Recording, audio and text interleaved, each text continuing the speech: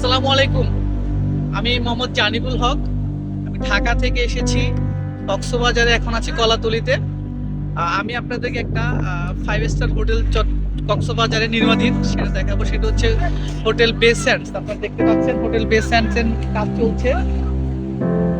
এই প্রকল্পটাতে বেসিক্যালি আমি ঢাকায় শুনে আমার এক ফ্রেন্ডের সাথে কনসাল্ট করলাম এবং ইনভেস্টমেন্টের ব্যাপারে অনেকে হয়তো চিন্তা করছেন ইনভেস্টমেন্ট কোথায় করবেন, কি লাভবান হবে কি না হবে। সেই ক্ষেত্রে দেখা যাচ্ছে কক্সবাজারে প্রথমবারের মতো 5 স্টার হোটেল নির্মাণাধীন হচ্ছে এবং এখানকার বিনিয়োগটা